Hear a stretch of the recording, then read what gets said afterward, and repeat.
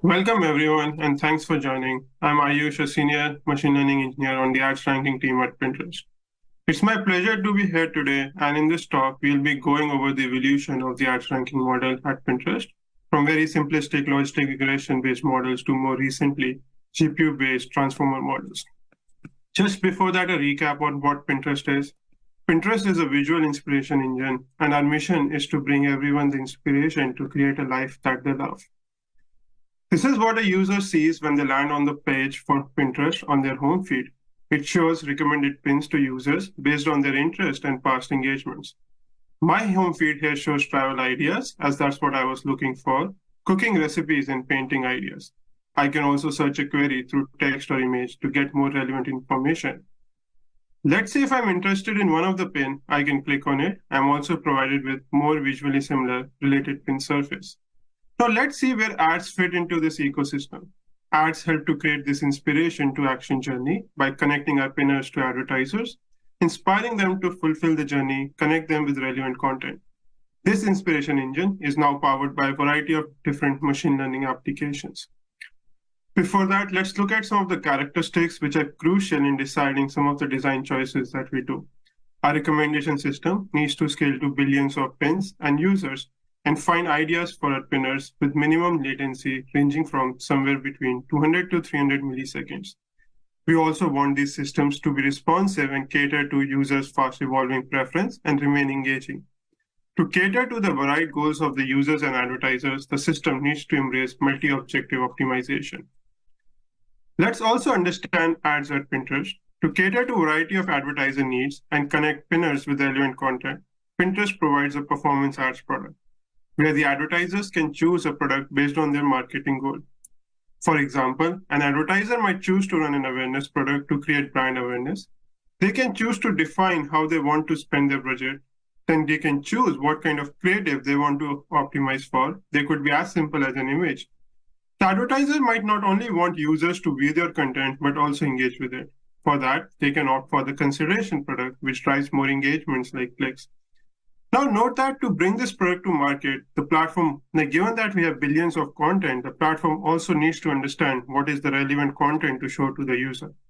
That's where understanding, given the user context and the journey, like what's the likelihood that a user is going to click on an event, becomes important.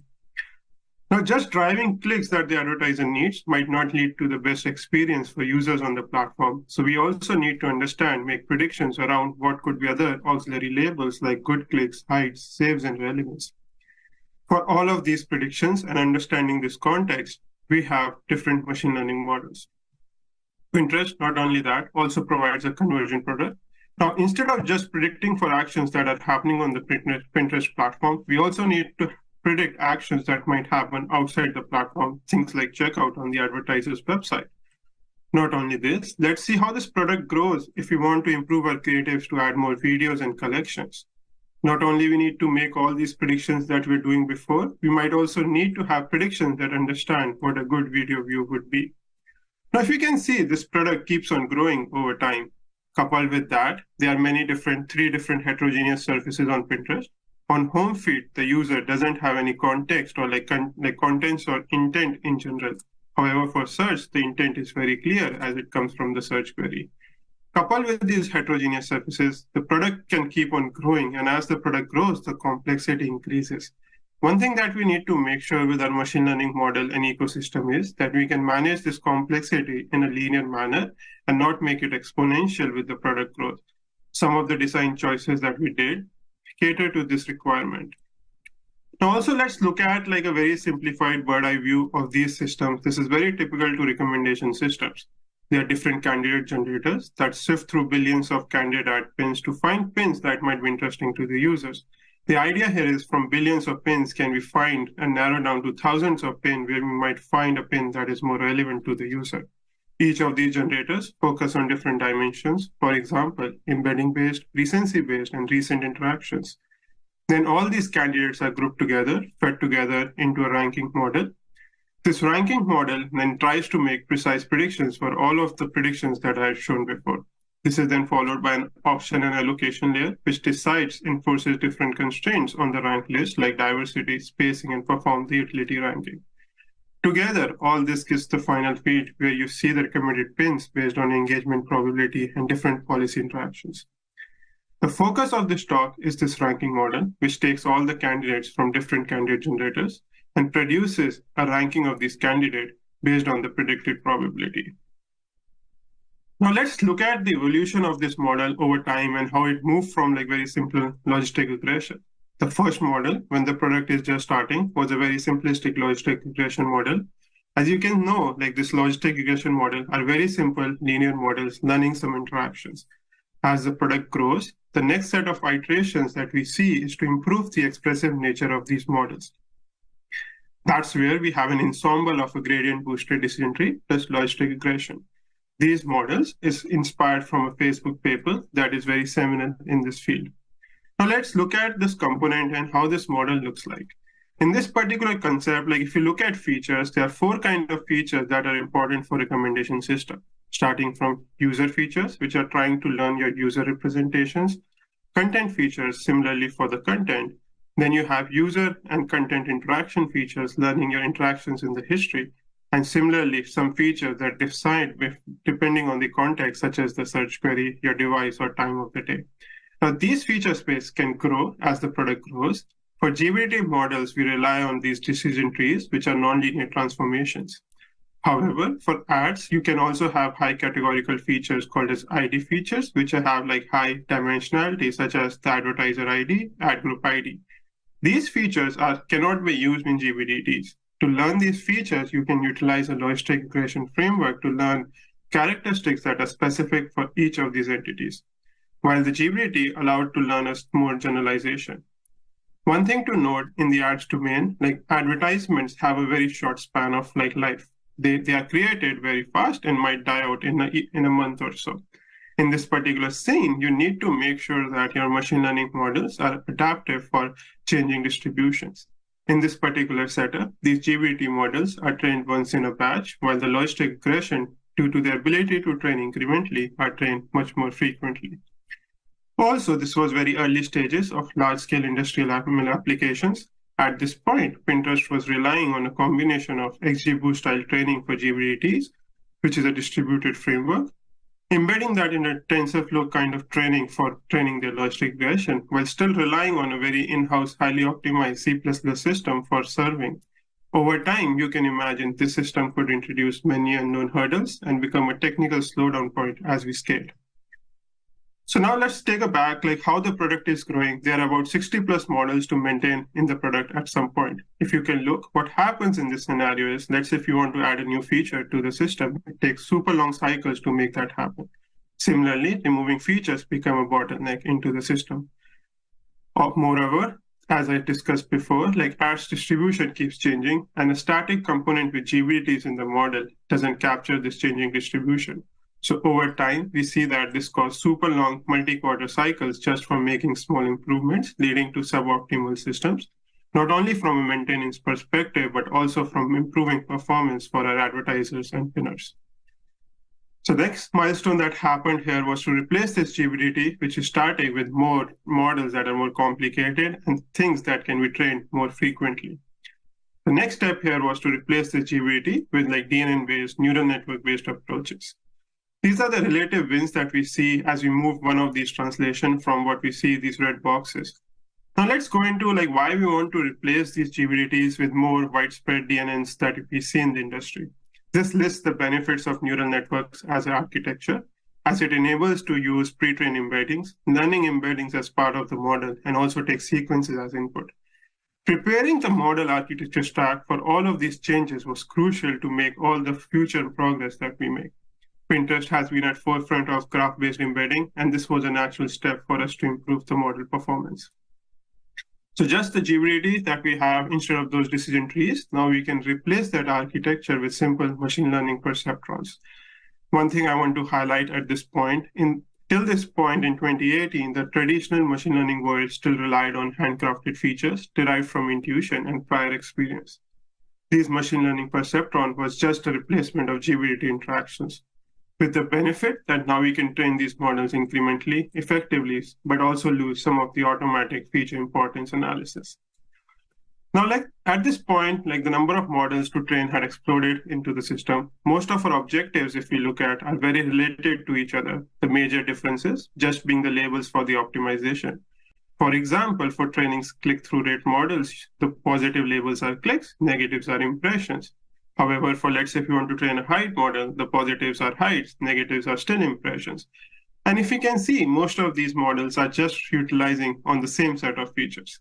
Thus, the next iterations was to move this to a more deep learning-based multitask models. Note that it was a multi-year-long effort, mostly because of the efforts around restructuring the modeling stack. Till this point, this is the model that we have, and let's go into some of the details about what this model means. Pinterest called these models as AutoML, which is different than the terminology for AutoML, which is the neural architecture search, but let's go into some of the details. These models were powerful in general. They don't rely on raw features. They don't rely on handcrafted feature engineering. Raw features came as an input into these models. And the main part that was a win here was these models can now learn feature interactions through summarization and latent cross layers as part of the network. And I'll go into some of the details about each of the layers in this model. What it helped us to do is now we can learn feature interactions that were beyond intuition, something that we couldn't decide based on our handcrafted feature engineering. Moreover, this also expanded our ability to do multitask across different objectives. If you look at many objectives like reap and click are very correlated. So this not only simplified the number of models to maintain, but also saved infrastructure costs by combining the computation. By improving the maintenance and reducing the cost, this was a big win across all the verticals. Now let's look at a very 100-foot overview of this deep learning-based model and what are the different components here. The first component that we have here is the representation layer. This is the interface between raw input, features, and contains the pre-processing logic, which is crucial for deep learning-based models. For categorical feature, you could have things like learning the vocabulary, learning embeddings, doing hashing projections. For simple numerical features, you could use normalizations like squashing, clipping, and other types as defined by the user. The second layer that we had was summarization layer. This is taking a prior understanding from the traditional world that we want to do explicit feature crossing. Here, for example, you can learn a joint representation such as a category vector for a user and a pin. However, over time, we realized that the structure in the model, as you can see in this diagram, as in the structure, this is manually decided. However, as we start to grow our feature space, this becomes harder to maintain. This is then passed through a latent cross layer. That's where the magic happens. These layers are trying to learn very high degree interaction, forcing explicit feature crossing. If you're interested, these are open source public solutions. They can search for that, Deep and Cross from Google, low-ranks version of it, and MassNets. Finally, passing them through fully connected layer, which are the classic deep neural networks. Also, now let's look at how this model can now be used for doing multitask learning. If you look at the components till this green layer, which is the fully connected layer, this is trying to learn what is a good feature interaction, given the labels that you have.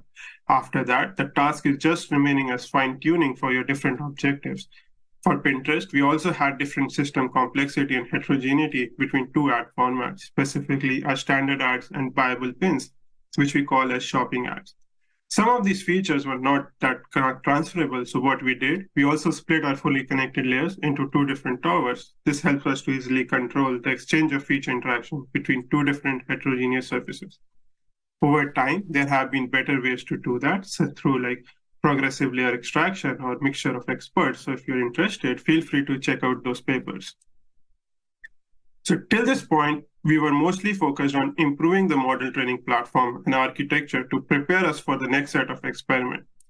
Note that it took us about 2 years to move from this single task neural network, which relied on old handcrafted feature engineering, to this multitask neural network that trained directly on raw features. One of the primary bottlenecks at this point was the legacy technical debt and the fear of making big changes to the existing system. We relied on existing non-native serving, which required rewriting components in different systems and were subject to error. From 2020 onwards, the effort around native serving was prominent, which was necessary to prepare these models for more complex architectures and computation. The next set of wins that came in was from not only the architectural improvement, but how can we use this architecture and combine that with different user features that we can create where we were limited before. The first step that came here was the attention sequence. Let me just give you like a very high overview. Like a user on the platform might have different variety of like interests. For me, for example, I might be interested in recipe pins, furniture pins, or travel ideas.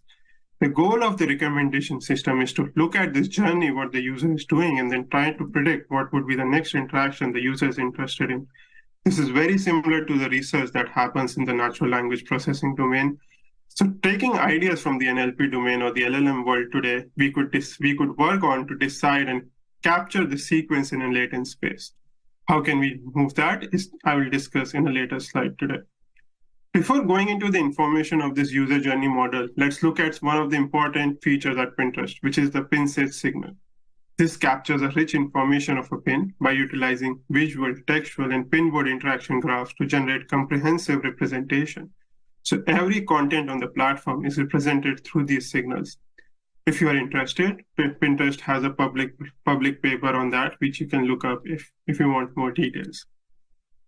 Just giving an intuition here. Now the goal for our personalization model is to understand this user sequence and how the users interact with the Pinterest application, not only on the organic content, but also ad content, so that we can introduce valuable products to our users and further bring them from this inspiration to action journey. So if you can look at my journey, one of the simplest way to define my journey in a latent space is to take an average of all of these embeddings that you might have for these pins, but that doesn't capture the real essence. For example, if you have an ad pin that you want to target and show to the user, and this is only representing a recipe or a food-related item, not all these pins in this journey are important. So when you want to summarize this journey information in this context of the pin, you can decide to give more weightage to pins that are related. So that's what is like the simplest definition for attention-based modules. If you have a travel pin, then the later two pins might be more relevant and they get more weightage when deciding that. This helps us to control the heterogeneity in the sequence that the user has. I want to just take like some time to show like at this point, Pinterest was still serving these models in CPUs. Now, if you can imagine, these embeddings are big vectors combining around 256-dimensional floating vectors. Now, to introduce these features in the serving pipeline, it introduces complexities. Now, how to handle that to ensure that you have low latency? You can control the length of this sequence to be something like 4 to 5 different dimensions, like 4 to 5 different large sequences. Also, you can introduce different machine learning transforms to control the output dimension of each of the embeddings to ensure that you have less parameters to multiply.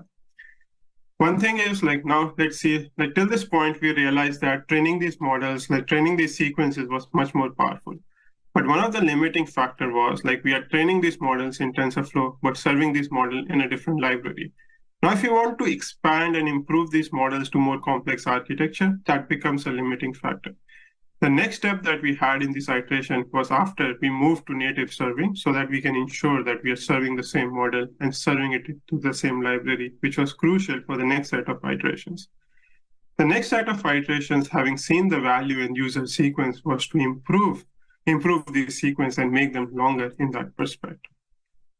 Transformers were the natural choice to capture these sequences. As you can also see in the LLM domains or the new natural language processing, transformers are the go-to models. Here we started utilizing the long-term sequence collected over 3 months. Latency was controlled by keeping the feature space smaller with very simpler features. For example, features like what the action the user did, like click or hide on the pin, what's the time this action happened, and what kind of pin this is. For example, is it a recipe pin or a furniture pin? Even with these simple features, collecting these events over 100 plus events that the user had done on the platform added much value to the system. Moreover, having this like a time awareness helped us to ensure that we can distinguish between actions that happened a day before or something that happened a month ago. Now we can see the power that these sequences bring. Like these are the red boxes, and you can see between 2020 to 2022 and beyond, we had massive improvements coming in from just because we had invested in many of the building blocks that were required. The next set of improvements that came from were featurizing this user journey even beyond what we were doing, utilizing the pre-trained embeddings that we are using in the attention world. The first step in this direction was to generate offline embeddings for the user, and that proved one of the strongest features for all the ranking tasks. This is called Pinnerformer, which is also a published paper. Now let's look at how we can combine these long-term sequences because we know they add value to performance. But if you look at having a longer-term sequence cannot be scored efficiently in the real time. So now you can divide the sequence into two components. One component, which is trained offline through a metric learning-based approach, Pinnerformer, Pinterest calls it. Then you can have a very short sequence of real-time sequence that is coming from the same session as the user interacts with your platform. Combining both of these bring the best power of moving your sequence learning as part of the model architecture. Pinterest could increase this sequence length by also moving to GPU serving to serve them efficiently for our users. So one thing I want to point out, till here we are mostly discussed the changes in the architecture and how the model architecture involved, but that's just a small piece of the part of the ecosystem. To bring these innovations which require extensive experimentation, during the last year, Pinterest, learning from all these experiments, re-architectured the major parts of its pipeline to ensure seamless and depth velocity integration, which could be a topic of discussion for some other day. As we all know, doing machine learning at scale is hard. Here is a very simple famous diagram that I want to leave with. I love it because it emphasizes that companies need to invest in ML infrastructure. What I discussed today was a very small part of this ML code. This diagram does a very good job in communicating that ML is really not about just training models. It's about collecting data, verifying it, extracting features, analyzing it, or trusting your training jobs, serving infrastructure, to name a few.